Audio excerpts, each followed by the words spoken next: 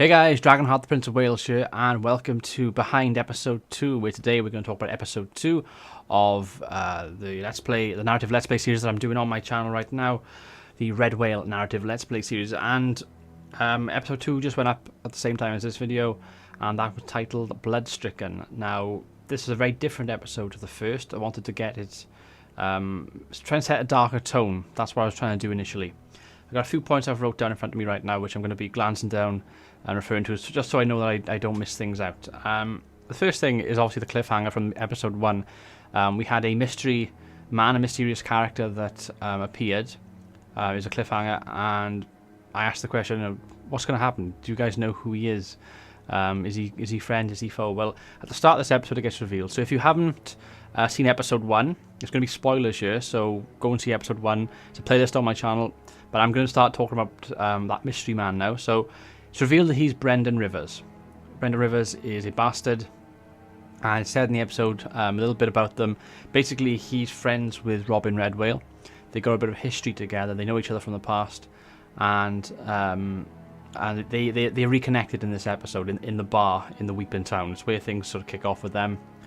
And he tells a little bit of a story about how he escaped. So he was obviously a prisoner in the kind of history before this series starts, and he escapes. The story of his escape is quite funny because he basically used this Dornish whore to kind of distract the guard. He takes the key and escapes effectively, although there's a lot more revealed about how he kind of tortured this guard, and it's quite gruesome and quite grim, which is the sort of tone this episode kind of had. That's why it's called Bloodstricken, because you had this kind of great character that's been reunited with Robyn, but at the same time he's not a nice character. He's not a nice man, and that's the thing with Game of Thrones and with Song of Ice and Fire. They aren't nice characters. These people aren't your everyday superhero, go out and save the world. They're very much grey characters. There's no good and bad. Bad people do good things, and good people can do bad things, and you know that's what it's like, and that's what these people are like in this series, especially this series. So that's the first part of the episode. He gets revealed. I was happy to sort of introduce this character. Obviously, I had to try and give some sort of backstory for the companions. And speaking of the companions, we then move on to them. I picked up a few of them from the bar. What I did, I clicked the Gather Companions option on Mount Blade Warband when you start the game off. It means that in the first bar you start off with, all your companions appear there for the first week of the game, and then they sort of disappear. So I'm able to pick up the free companions, because I can't obviously afford to pay. I can't afford to pay for any of the big ones, because they cost like 2,000, 3,000, 4,000 plus. So only the free ones we could afford. So we got 6 altogether. We got Fenner, we got Martin Snow, probably the 2 better ones as far as equipment goes at the start of the game.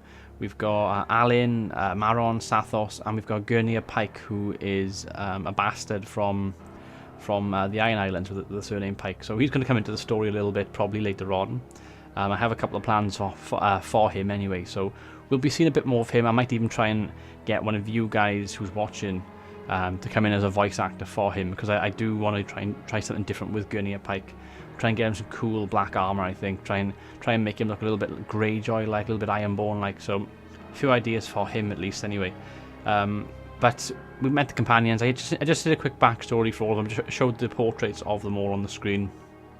We fade into it, and then obviously the narrator then comes out and says, Ser Robyn Redwhale met up with these companions in the bar, and it just gives a brief sort of thing. This person was a former pit fighter. These 2 are Stormland people looking to kind of go into a war and go in it for glory, try and get fame and glory.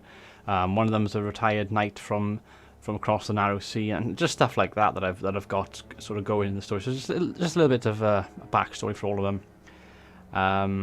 The Martin Snow one was quite good. I think I said he was a former Umber, House Umber. He was in the vanguard for House Umber as a bastard, and then he didn't pay his taxes or something, so he got expelled and banished from their land. So I've created quite a few unique things there. So we meet the companions. Everything is obviously, we've got a few hunters that we recruited in the first episode. We've got our companions. We've got Brendan Rivers, and now we've got obviously our main leader. We've got a small band of, I think it's 13 or 14 people in total, and we need to fight. We need to get our first battle, because we didn't have a battle in the first episode. We have 2 in today's episode. So what happens is we leave the Weeping Town, we go to some nearby villages, go hunting around as a pack, and eventually we come across a group of bandits. I think it was something like 13, so it was pretty even either side. And we had a battle and we completely obliterated them. And what I liked about this first battle was it just showed the sheer brutality. Very direct, very aggressive, just went straight for it. Ser Robyn Redwhale, and they didn't know what hit them. And I think we took one loss in the whole battle. I think we lost the hunter, and that was it. But we trounced them. Robyn got 2 kills, and it was a great battle. And I really liked the music that I used.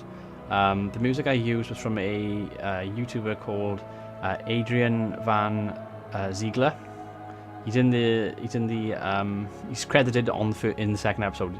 His name comes up in the music towards the start near the introduction. So check him out. His music's fantastic. There's really lots of really cool free fantasy music, dark music, elven music, medieval, Viking. He does different themes of different things, and I've downloaded a few of his tracks to use for this series. And the one I used from that battle and the second battle were phenomenal, especially the second battle, because the second battle showed the absolute. This is where the blood-stricken idea comes from the episode, because you've got this. We're outnumbered in this battle. They had about 19 or 20. We had one that was still injured, I think. So we had like 12 or 11. It was 2-1 pretty much. We set our archers up, and at the start of the battle, he goes, right, I want all the archers to take the right flank. Infantry, go to the front and center, hold the line, form ranks. So the battle strategy is there. It then fades, and the music just plays, and it's just that dark, so almost silent. It's funny how you can describe music as being almost silent, but it's that kind of stillness of the before the battle, and it's quite deep, it's quite harrowing, and it sort of fades out, and then the narrator comes in and he says, the battle raged on, or something like that. I said, and he got knocked off his horse. He got to ground, and he took on 4 men at the same time, and it was this moment that his own men realised how savage he was. And then it just fades back in. That music just comes back in then, and it goes and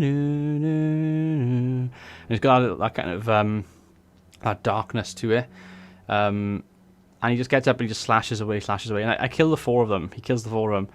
And then I'm in first person, so he sort of looks up, and you can see the hunters are still with their bows and they're firing, but there's no one around them anymore. The infantry's chased off the remaining men, and they're just hunting them down.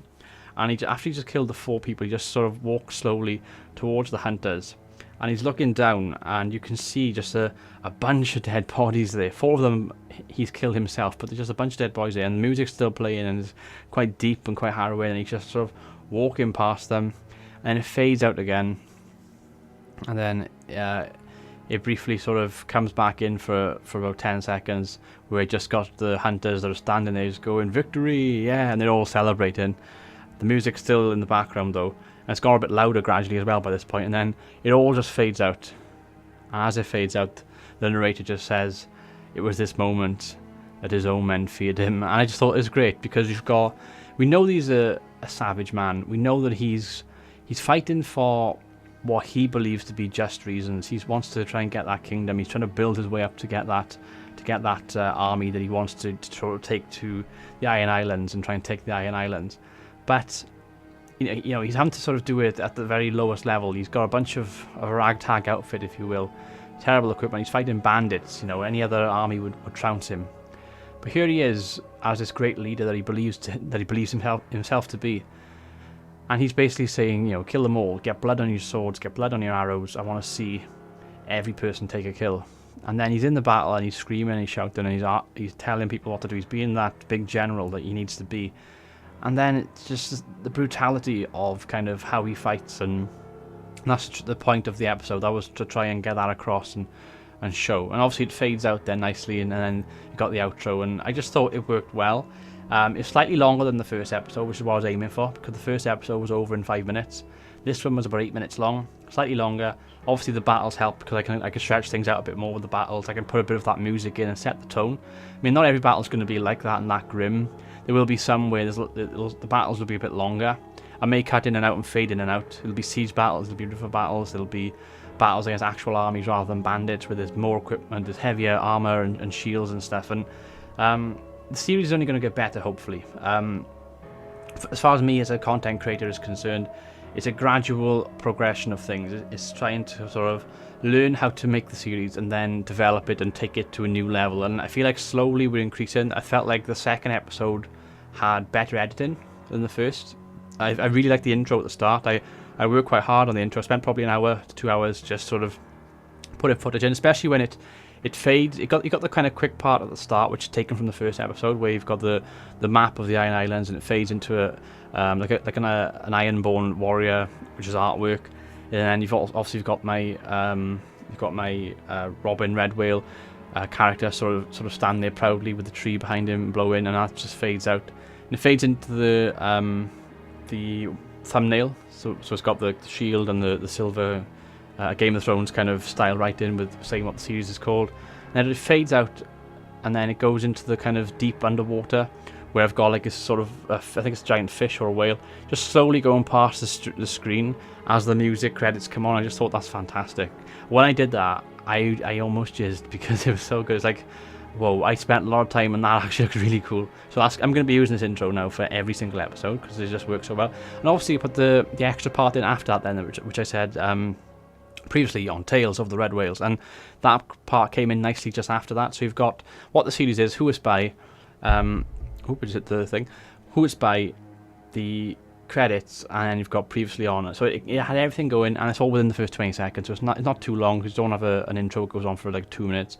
The first episode obviously did, but it needs that because I need to set the scene. But this one flowed nicely, and there's been a progression as far as the story, as far as the companions being involved, and as far as actually seeing some action as well. So I'm going to go and play a bit more of this series now. I'm going to try and get to a stage now where we do 1 or 2 quests and perhaps meet 1 or 2 characters from the Game of Thrones universe, which will be interesting because I'm going to have to try and do impressions of actual characters perhaps then. Can you imagine me trying to do a Tyrion Lannister or something like that? It'll be quite difficult for me, but I'll give my best shot, and hopefully I can get 1 or 2 people to volunteer to do voice acting, because I want to try and get multiple people involved in this Let's Play if possible. And yeah, so that pretty much ends this. If you haven't seen the episode, then I've just spoiled a lot of it for you. But it's on my channel, it's in the playlist. It'll be in the description below as well, a link to it. And obviously the link at the bottom of the screen. If you click on where it says click here for the episode, click on that. If you're watching on a desktop, click on that and it'll take you straight into another tab and onto the episode. I've been Dragonheart, the Prince of Wales. Thank you for watching. Until next time, goodbye.